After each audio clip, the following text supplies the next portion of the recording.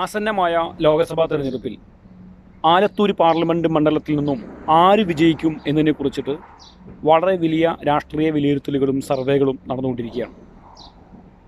യഥാർത്ഥത്തിൽ സർവേ നടത്തുന്ന ഏജൻസികൾക്കും അതുപോലെ തന്നെ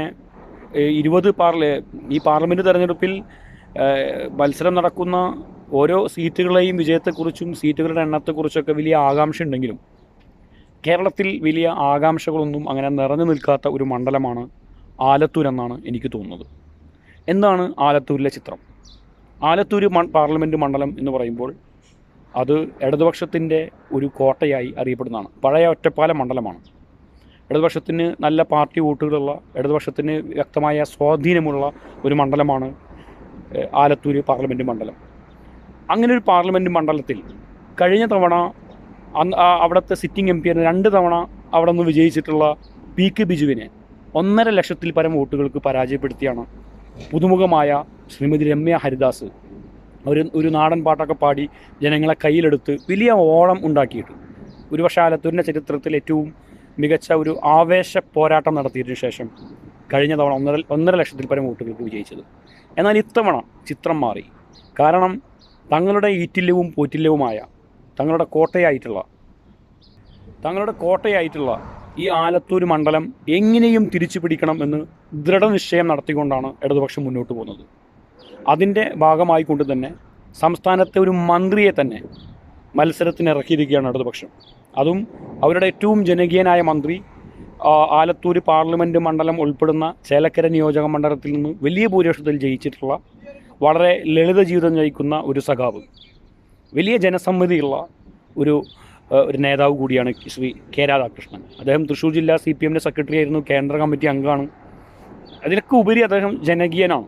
അദ്ദേഹം നിന്നാൽ ജയിക്കുമെന്ന് പൊതുവെ ഒരു ടോക്ക് വരുന്ന അങ്ങനെയുള്ള ഒരു നേതാവാണ്.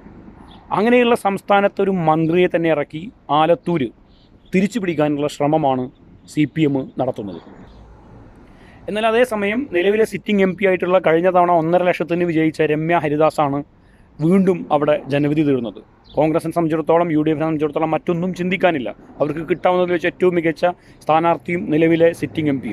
അവർ നല്ലൊരു കലാകാരിയാണ്, ജനങ്ങളെ വളരെ പെട്ടെന്ന് കയ്യിലെടുക്കാൻ കഴിവുള്ള ആളാണ്. ഒരു MP എന്ന നിലയിൽ ഞാൻ ആ പ്രദേശത്തുകാരനല്ല. അവരുടെ പ്രവർത്തനം എത്രത്തോളം അവിടുത്തെ ജനങ്ങൾക്ക് ഉപകാരപ്പെട്ടിട്ടുണ്ട്, അല്ലെങ്കിൽ ജനങ്ങൾക്ക് എത്രത്തോളം അവർ പ്രിയങ്കരിയാണ് എന്നതിനെക്കുറിച്ചിട്ട് എനിക്ക് പൂർണ്ണമായിട്ടും അറിയില്ല.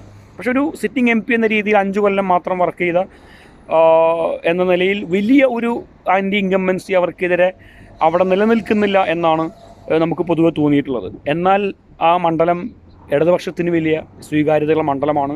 രാധാകൃഷ്ണനെ പോലെയുള്ള ഒരു മന്ത്രി തന്നെ നേരിട്ട് മത്സരത്തിനിറങ്ങുന്നു. അദ്ദേഹത്തിൻ്റെ ചേലക്കര മണ്ഡലം ഉൾപ്പെടുന്ന ഈ ആലത്തൂർ പാർലമെൻറ്റ് മണ്ഡലത്തിൽ ചേലക്കരയിലൊക്കെ വലിയ ഭൂരിപക്ഷം അദ്ദേഹത്തിന് ലഭിക്കുമെന്ന കാര്യത്തിൽ തർക്കമൊന്നുമില്ല. അപ്പോൾ അതുകൊണ്ട് തന്നെ രാധാകൃഷ്ണനെ പോലെയുള്ള ഒരു മന്ത്രിയെ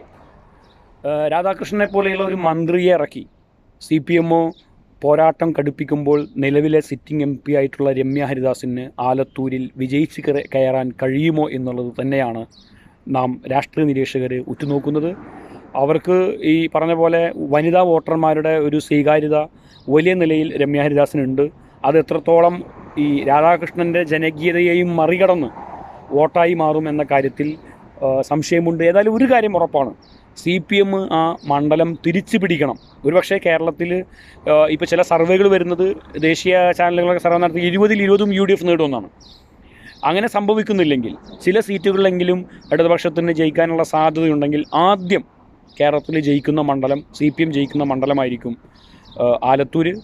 എന്നാൽ അതോടൊപ്പം തന്നെ നിലവിലെ സിറ്റിംഗ് MP എന്ന രീതിയിൽ രമ്യ ഹരിദാസ് അവിടെ നടത്തിയിട്ടുള്ള പ്രവർത്തനങ്ങൾ, അവർക്കുള്ള സ്വീകാര്യത, ഇതെല്ലാം തന്നെ വിലയിരുത്തിക്കൊണ്ടായിരിക്കും ജനങ്ങൾ വോട്ട് ചെയ്യുക. മാത്രമല്ല, എല്ലാ മണ്ഡലങ്ങളിലും നമ്മൾ പറയുന്നത് പോലെ പാർലമെൻറ്റിലേക്ക് ഒരു എഡ്ജ് എപ്പോഴും, പാർലമെൻറ്റ് തിരഞ്ഞെടുപ്പിൽ ഒരു എഡ്ജ് ജനങ്ങൾ എപ്പോഴും UDFന് നൽകുന്നുണ്ട്. അത് രമ്യ ഹരിദാസിന് മുതൽക്കൂട്ടാണ്. എന്നാൽ അപ്പുറത്തുള്ളത് രാധാകൃഷ്ണൻ എന്ന് പറയുന്ന ഒരു മന്ത്രി തന്നെ മത്സരത്തിനിറങ്ങുന്നത് കൊണ്ട് ആലത്തൂരിൽ സീറ്റ് നിലനിർത്തുക അത്ര എളുപ്പമല്ല രമ്യ ഹരിദാസിന്. വളരെ മത്സരം കടുത്തതാണ്.